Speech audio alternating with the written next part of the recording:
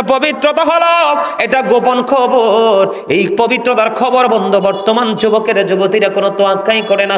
বন্ধুরে আমার, আর একটা পবিত্র হলো স্বামী স্ত্রীর মিলনের পরে গোসলের মাধ্যমে পবিত্র হওয়া।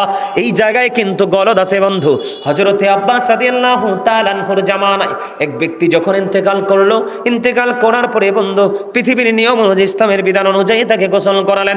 গোসল কমপ্লিট করার পরে তাকে কবরে দাফন করলেন। কবরে নিয়ে গেলেন, তাকে কবরে নিয়ে যাওয়ার যখন লাশটা কবরের মধ্যে নামাইলো, তখন চাইয়া দেখলেন তার কবরের মধ্যে একটা জানোয়ার এসে হাজির হয়ে যায়। আওয়াজ তুলে বলেন না নাউজুবিল্লাহ। এখন যারা তার লাশটা কবরের মধ্যে নামাইলো, তারা চিন্তা করতেছেন এটা আমরা মানুষ হিসাবে, ইমানদার হিসাবে সম্ভব নয়। বন্ধুরে আমার, এই কবরটা তার অবশিষ্ট রেখে আরেকটা কবর খনন করলেন। আরেকটা কবর খনন করার পরে আগের নিয়মে আবার তার কবরের মধ্যে তার লাশটা দাফন করার জন্য নামানো হলো। নামানোর পরে আবার চাইয়া দেখলো বন্ধু, আবারও কুদরতি ভাবে দাফনের সময় জানোয়ার এসে হাজির হয়ে গেল। রহস্য গেরা এই উদ্ঘাটন কে করবে রে, এই পরিবেশের উদ্ঘাটন? বন্ধুরে আমার, তারপরে তারা আরেকটা কবর খনন করলেন। অনেক লম্বা ঘটনা। আরেকটা কবর খনন করার পরে আবার যখন তাকে দাফন করার জন্য কবরে নামানো হলো, এবারও চাইয়া দেখলেন তার কবরের মধ্যে অদৃশ্যভাবে এক জানোয়ার এসে বিড়ালের মতো হাজির। জোরে জোরে বলেন না নাউজুবিল্লাহ। বন্ধুরে আমার, জানোয়ার যখন হাজির হয়ে গেল, এবার উপস্থিত সবাই বলতেছে কিছুই বুঝতেছি না রে, কি করব?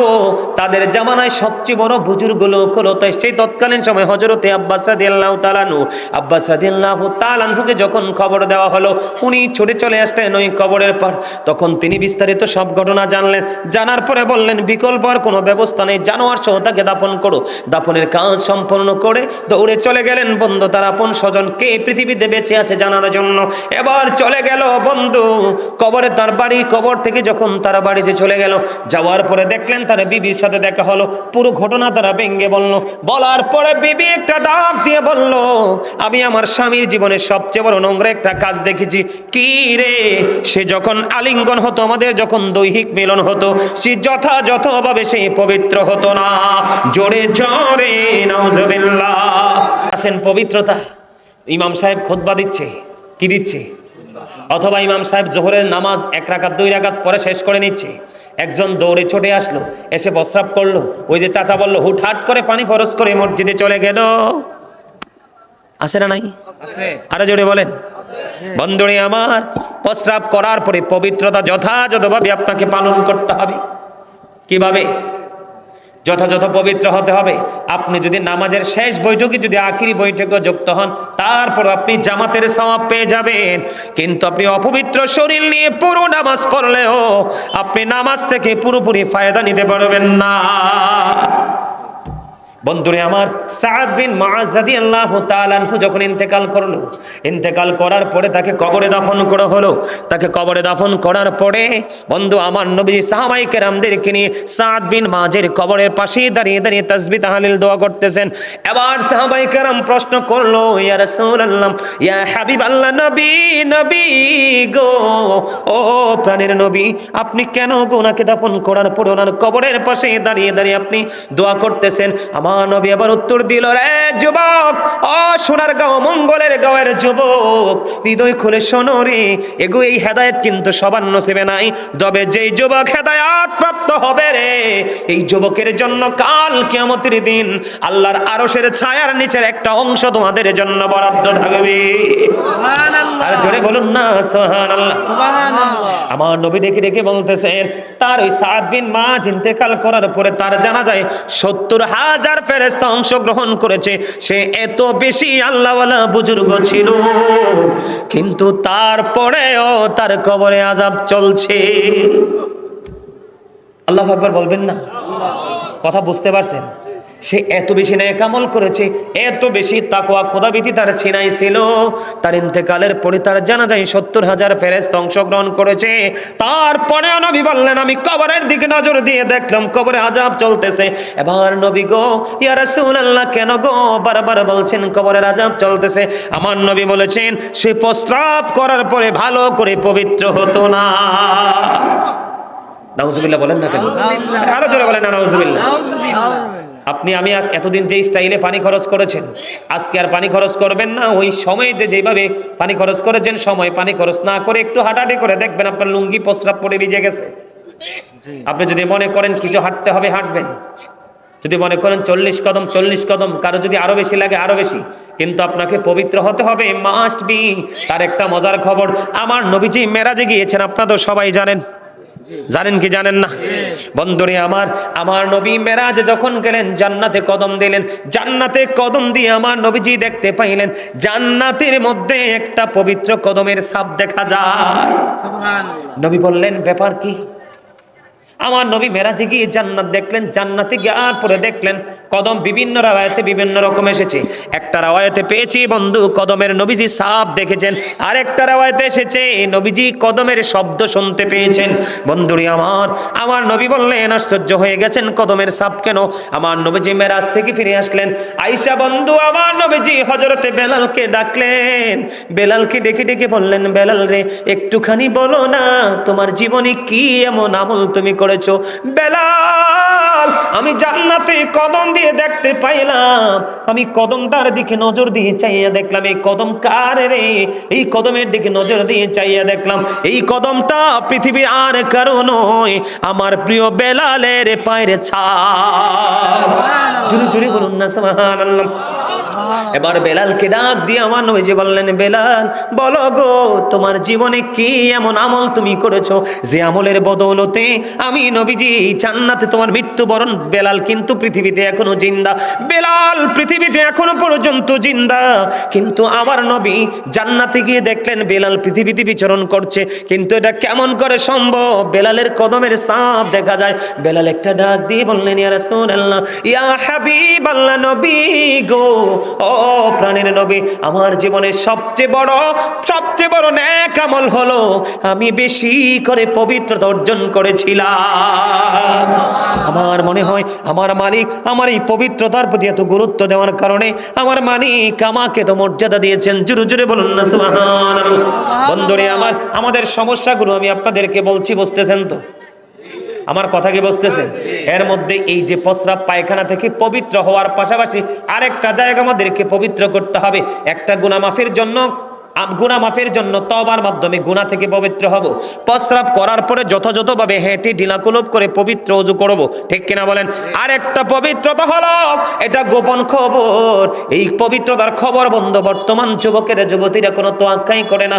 বন্ধুরে আরেকটা পবিত্র হলো স্বামী স্ত্রীর মিলনের পরে গোসলের মাধ্যমে পবিত্র হওয়া।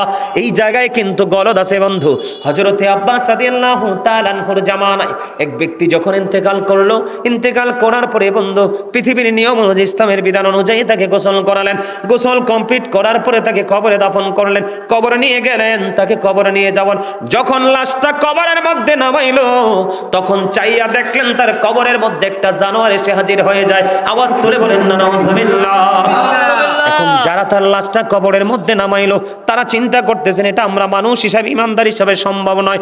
বন্ধুরে এই কবরটা তার অবশিষ্ট রেখে আরেকটা কবর খনন করলেন। আরেকটা কবর খনন করার পরে আগের নিয়মে আবার তার কবরের মধ্যে তার লাশটা দাফন করার জন্য নামানো হলো। নামানোর পরে আবার চাইয়া দেখলো বন্ধু আবারও কুদরতি ভাবে দাফনের সময় জানোয়ার এসে হাজির হয়ে গেল। রহস্য গেরা এই উদ্ঘাটন কে করবে রে? এই পরিবেশের উদ্ঘাটন।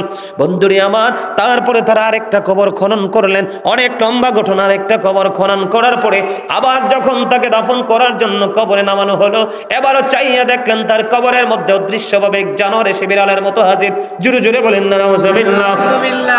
বন্ধুরে জানোয়ার যখন হাজির হয়ে গেল, এবার উপস্থিত সবাই বলতেছে কিছুই বুঝতেছি না রে, কি করব? তাদের জামানায় সবচেয়ে বড় বুজুর্গ লোক হলো তাই সেই তৎকালীন সময় হযরতে আব্বাস রাদিয়াল্লাহু তাআলা আনহুকে যখন খবর দেওয়া হলো উনি ছুটে চলে আসলেন ওই কবরের পার। তখন তিনি বিস্তারিত সব ঘটনা জানলেন। জানার পরে বললেন বিকল্প আর কোনো ব্যবস্থা নেই, জানোয়ার সহ তাকে দাফন করো। দাফনের কাজ সম্পন্ন করে দৌড়ে চলে গেলেন বন্ধু তার আপন স্বজন কে পৃথিবীতে বেঁচে আছে জানার জন্য। এবার চলে গেল বন্ধু কবরে তার বাড়ি। কবর থেকে যখন তারা বাড়িতে চলে গেল, যাওয়ার পরে দেখলেন তার বিবির সাথে দেখা হলো। পুরো ঘটনা তারা ভেঙে বললো। বলার পরে বিবি একটা ডাক দিয়ে বলল আমি আমার স্বামীর জীবনের সবচেয়ে বড় নোংরা একটা কাজ দেখেছি। কি রে? সে যখন আলিঙ্গন হতো, আমাদের যখন দৈহিক মিলন হতো, সে যথাযথভাবে সে পবিত্র হতো না। জোরে জোরে নাউযুবিল্লাহ। বন্ধুরে আমার, বেঈমান কাফের মুশরিক যারা, আমি আপনাদেরকে আবারো বলছি, আল্লাহ বলেছেন উইদ্দাত লিল কাফিরিন, কাফেররা ঠিকানা হবে জাহান্নাম, অনন্তকাল তারা জাহান্নামে থাকবে। আমরা যেহেতু মুসলমান, আমরা যেহেতু ঈমানদার, আমাদের ঠিকানা আল্লাহ বলেছেন উইদ্দাত লিল মুত্তাকিন, ঠিকানা হবে জান্নাত। জোরে জোরে বলেন না সুবহানাল্লাহ, আর জোরে বলেন না সুবহানাল্লাহ। বন্ধুরে আমার, আমাদের মধ্যে সমস্যার আরো শেষ নাই, আমাদের মধ্যে আরো সমস্যা আছে বন্ধু। এই সমস্যাটা হলো কি, আমি আপনাদেরকে বলে দিতে চাই। সমস্যাটা হলো, আমরা যখন ওযু করতে চাই মসজিদের ট্যাপটা মোটা করে ছাড়ি। কথা বলেন না কেন? আরো জোরে বলেন, কি করে ছাড়ি? পুরোটা ছেড়ে দেই, ছেড়ে কিনা? হাদিস শরীফের মধ্যে এসেছে, আমার নবী মাত্র 1 কেজি পানি দিয়ে গোসল ওযু করেছে। কত? আর মাত্র 4 কেজি পানি দিয়ে নবীজি গোসল সেরেছে। হযরত সাআদ রাদিয়াল্লাহু তাআলা আনহু বন্ধু, সমুদ্রের কিনারায় বন্ধু তিনি ওযু করতেছেন। ওযু করার সময় আমার নবীজি তার পাশে দিয়ে হেঁটে যাচ্ছিলেন। আমার নবীজি একটা ডাক দিয়ে বললেন, অপচয় করো না, অপচয় করো না। এবার তিনি উত্তর দিলেন, ইয়া রাসূলুল্লাহ, নদীর পানি দিয়ে ওযু করছি, এখানেও কি অপচয় আছে? আমার নবী বলেছেন, হ্যাঁ, এখানেও অপচয় আছে। আপনি যদি নদীর কিনারা ওযু করেন, নদীর পানি দিয়েও যদি ওযু করেন, তারপরেও কিন্তু আপনাকে নির্দিষ্ট একটা কন্ডিশন মানতে হবে। এই সমস্যাগুলো আমাদের আছে না নাই? আরো জোরে বলেন। সবচেয়ে বড় সমস্যা প্রস্রাবের পরে পবিত্রতা আছে।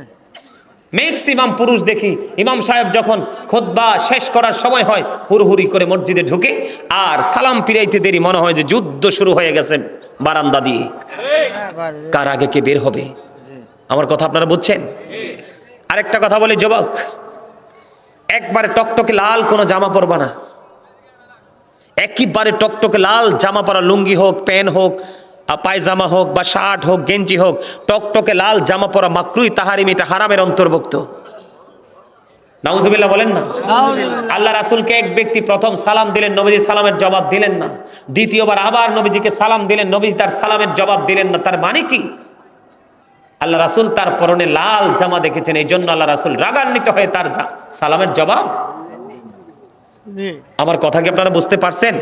স্বর্ণ কোনোভাবেই পরা যাবে না। আমি গত কত তারিখ যে আমরা ইয়েতে গেলাম, মাধবপুর, কত আজকে কত 24 রাইট, 21 তারিখে মাহফিলে গেছিলাম। ওখানে আমি আলোচনাটা তাদেরকে শোনাইছিলাম। ওখানে সৎ কাজের আদেশ, অসৎ কাজের নিষেধ নিয়ে কথা বলেছিলাম এই বিষয়টার উপরে। তখন আমি বলেছি, হাদিস শরীফের মধ্যে এসেছে, আল্লাহ রাসূল দেখতে পেলেন একজনের হাতে স্বর্ণের আংটি পড়ে আছে। নবীজি দেখার পরে সাথে সাথে তার হাত থেকে আংটিটা টেনে দূরে নিক্ষেপ করে দিলেন, ফেলে দিলেন, কারণ পুরুষের জন্য এটা টোটাল হারাম। রাসূল এখান থেকে চলে গেলেন। ওনার সঙ্গী বললেন, রাসূল ফেলে দিয়েছে তো কি হয়েছে, তোমরা সে আংটিটা, তুমি আবার আংটিটা আবার কুড়িয়ে পরো। তখন ওই সাহাবী উত্তর দিলেন, নো, যেটা রাসূল আমার হাত থেকে নিয়ে নিক্ষেপ করেছে, ছিঁড়ে ফেলে দিয়েছে, সেটা আমি আর ইউজ করব না, কারণ আমার নবী বলেছেন, তোমরা কি চাও তোমাদের হাতের উপর আগুনের একটা কয়লা, জ্বলন্ত কয়লা রাখা হোক? না না, আমরা কেউ আগুন চাই না রে, আগুনের বহন করা সম্ভব তো হবে না। আমার নবী বলেছেন, একটা পুরুষ স্বর্ণের একটা আংটি পরা আগুনের, তার আঙ্গুলের মধ্যে আগুনের কয়লা লাগিয়ে রাখার সমান।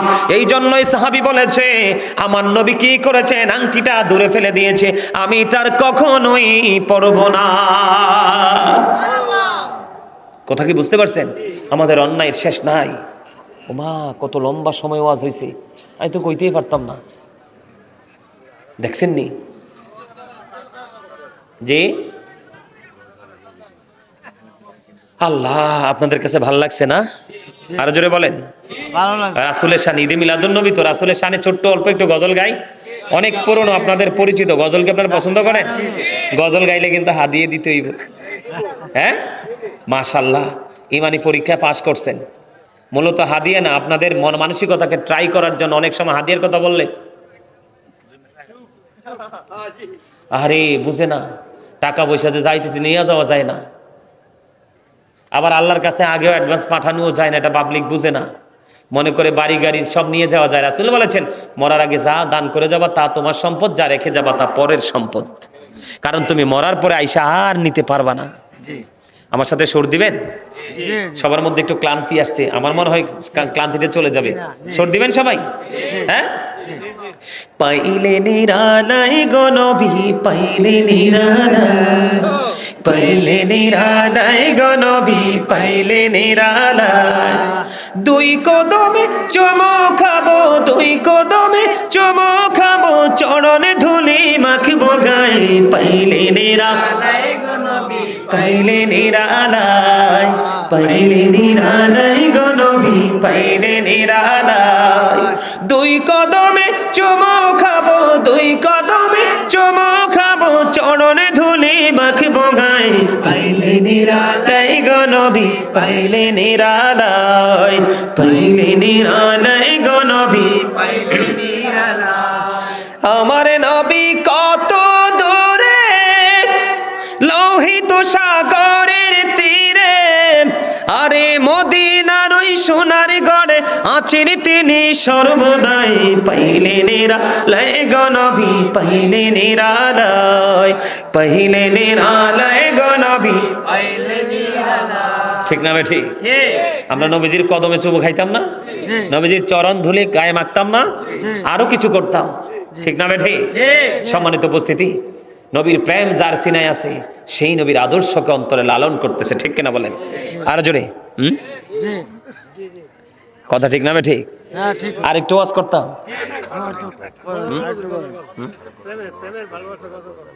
আচ্ছা, এই পাগলা পিছনে বইছে, আর কটা গজল গাইতাম। প্রত্যেকটা দিন তো ঘন্টা এটা বাজতেই আছে, অলওয়েজ টন টন টন টন করে বাজতেছে। এটা মালিকের খেলা। মারহাবা বলেন না? আরো জোরে, আরো জোরে কর না। আস্তিনি ধন্যবাদ দেয়, দিলে দেওয়ার মতো দিবে। একটু দিয়ে আর একটু চুপচাপ রেখে লাভ আছে? কথা বলেন, লাভ আছে?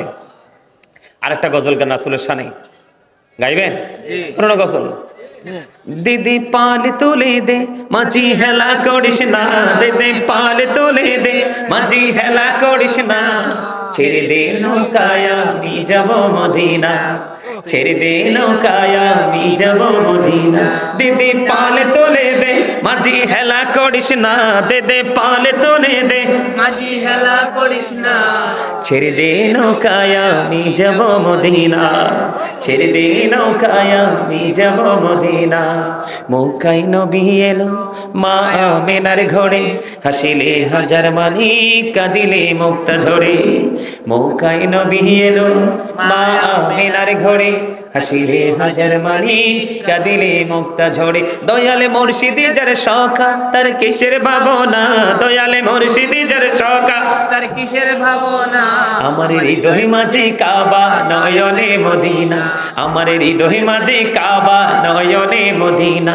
দিদি পাল তোলে দে মাঝি হেলা, সবাই দিদি পাল তোলে দে মাঝি হেলা করিস না, ছেড়ে দে নৌকায় আমি যাব মদিনা, ছেড়ে দে নৌকায় আমি যাব মদিনা। মক্কায় নবী এলো মা আমেনার ঘরে, হাসিলে হাজার মানি কাঁদিলে মুক্তা ঝরে। মক্কায় নবী এলো মা আমেনার ঘরে, হাসিলে হাজার মানি কাঁদিলে মুক্তা ঝরে। দয়ালে মুর্শিদি যার সখা তার কিসের ভাবনা, দয়ালে মুর্শিদি যার সখা তার কিসের ভাবনা। আমার হৃদয় মাঝে কাবা নয়নে মদিনা, আমার হৃদয় মাঝে কাবা নয়নে মদিনা। দিদি পাল তোলে দে মাঝি হেলা করিস না, দিদি পাল তোলে দে মাঝি হেলা করিস না, ছেড়ে দে নৌকায় আমি যাব মদিনা, ছেড়ে দে নৌকায় আমি যাব মদিনা। ও নূরের রোশনীতে দুনিয়া গেছে ভরে, সে নূরের বাতি জ্বলে মদিনার ঘরে ঘরে। ও নূরের রোশনীতে দুনিয়া গেছে ভরে, সে নূরের বাতি জ্বলে মদিনার ঘরে ঘরে। দয়ালে মুর্শিদি যার সখা তার কিসের ভাবনা, দয়ালে মুর্শিদি যার সখা তার কিসের ভাবনা। আমার হৃদয় মাঝে কাবা নয়নে মদিনা, আমার হৃদয় মাঝে কাবা নয়নে মদিনা। দিদি পাল তোলে দে মাঝি হেলা করিস না, তুলে দে মাঝি হেলা করিস না, ছেড়ে দে নৌকায় আমি যাব মদিনা, ছেড়ে দে নৌকায় আমি যাব মদিনা। মারহাবা, আরো জোরে বলেন না মারহাবা। ধন্যবাদ। একটু মজা করে দেন না, ওয়াজ তো শেষে কয়টা গজল গামো আর মা বাবা নিয়ে একটু আলোচনা করবো, কইরা তারপরে শেষ করবো। রাজি আছেন? মা বাবা সম্পর্কে একটু ওয়াজের দরকার আসেনি? আপনি সারা জীবন নামাজ পড়তে পড়তে যদি কপালের চামড়া ক্ষয়ও করে ফেলান, কিন্তু মা বাবার সাথে যদি ভালো সম্পর্ক না থাকে, আপনি কিন্তু সেই নামাজ দিয়ে কোনো ফায়দা হবে না। তার আগে আরেকটা গজল গাই মহব্বত করে, এটাও পুরনো গজল, অনেক আগে গাইছি, আজকে মনে 2 বছরের মধ্যে একবারও গাই নাই গজলটা। গাইবো? গোলাপ নীলাম গাঁদা নীলাম নীলামে রজনী গন্ধা, মনের শোকে মালা গাঁথিব সকাল থেকে সন্ধ্যা। একবার দেখা দাও যদি ও গো কামলিওয়ালা, একবার দেখা স্বপ্নে রাত্রি বেলা, হাসি মুখে পড়াবো তোমায় হাজার ফুলের মালা, হাসি মুখে পড়াবো তোমায় হাজার ফুলের মালা। বলো ইয়া রাসূলুল্লাহ ইয়া হাবিবাল্লাহ, বলো ইয়া ইয়া হাবিবাল্লাহ। গোলাপ নীলাম গাঁদা নীলাম নীলামে রজনী গন্ধা, মনের শোকে মালা গাঁথিব সকাল থেকে সন্ধ্যা। একবার দেখা দাও যদি ও গো কামলিওয়ালা, একবার দেখা ও গো কামলিওয়ালা, হাসি মুখে পড়াবো তোমায় হাজার ফুলের মালা। বলো ইয়া রাসূলুল্লাহ ইয়া হাবিবাল্লাহ, বলো ইয়া রাসূলুল্লাহ ইয়া হাবিবাল্লাহ। হলুদ ফুলকে প্রশ্ন করি রংটি কোথায় পেলে, নূর নবীজির ত্বক মুবারক হলুদ ছিল বলে, সেখান থেকে মিলে সেখান থেকে মিলে, বাগান থেকে হলুদ ফুলকে তুলে গাঁথব মালা, হাসি মুখে পড়াবো তোমায় হলুদ ফুলের মালা। বলো ইয়া রাসূলুল্লাহ ইয়া হাবিবাল্লাহ, বলো ইয়া রাসূলুল্লাহ ইয়া হাবিবাল্লাহ। লাল ফুলকে প্রশ্ন করি রংটি কোথায় পেলে, উহুদ ময়দানে নবীর রক্তের কথা বলে, সেখান থেকে মিলে সেখান থেকে মিলে, বাগান থেকে লাল ফুলকে তুলে গাঁথব মালা, হাসি মুখে পড়াবো তোমায় লাল ফুলের মালা। বলো ইয়া রাসূলুল্লাহ, বলো ইয়া রাসূলুল্লাহ ইয়া হাবিবাল্লাহ। গোলাপ নীলাম গাঁদা নীলাম নীলামে রজনী গন্ধা, মনের শোকে সকাল থেকে সন্ধ্যা। একবার দেখা দাও যদি ও গো কামলিওয়ালা, হাসি মুখে পড়াবো তোমায় ফুলের মালা। বলো ইয়া রাসূলুল্লাহ ইয়া হাবিবাল্লাহ, বলো ইয়া রাসূলুল্লাহ, সবাই ইয়া হাবিবাল্লাহ।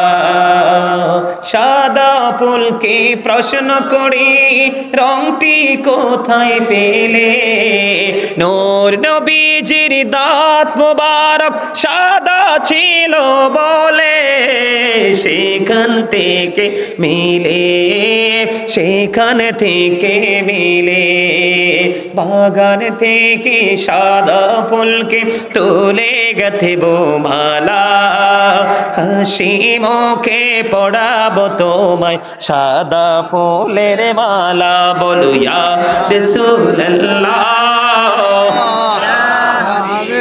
লা বলো ইয়া রাসূলুল্লাহ,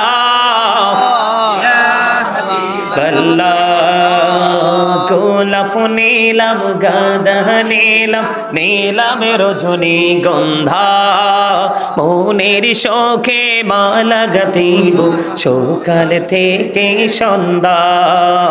একবার দেখো দাও যদি স্বপ্নে রাত্রি বেলা, একবার দেখো দাও যদি ও গো কামলিওয়ালা, হাসি মুখে পড়াবো তোমায় হাজার ফুলের মালা। বলো ইয়া রাসূলুল্লাহ, সবাই বলো ইয়া রাসূলুল্লাহ, ইয়া হাবিবাল্লাহ।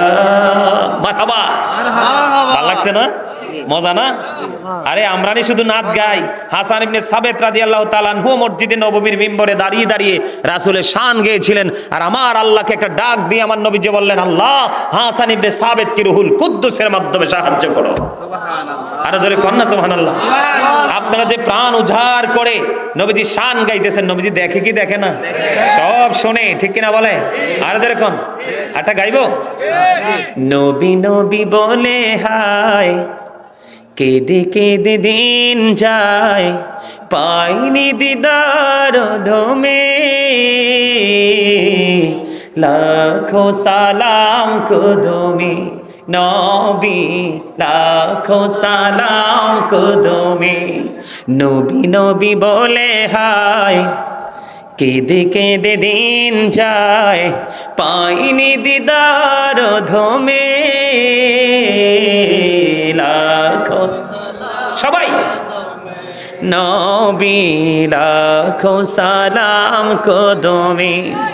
সোনার মদিনায় লুকিয়ে আছো গো, দেখতে না পাই নয়নে আমি, দেখতে না পাই নয়নে। এ চির গোলাম কেঁদে কেঁদে মরে গো, আছে কি তোমার স্মরণে গো, আছে কি তোমার স্মরণে। দয়ারি নজরে চাও গোলামের দেখা দাও, ধন্য কর জনমে, লাখো সালাম। সবাই বলেন লাখো সালাম, সবাই বলেন না। নবী নবী বলে হায় কেঁদে কেঁদে প্রাণ যায়, ধন্য কর দিদারে,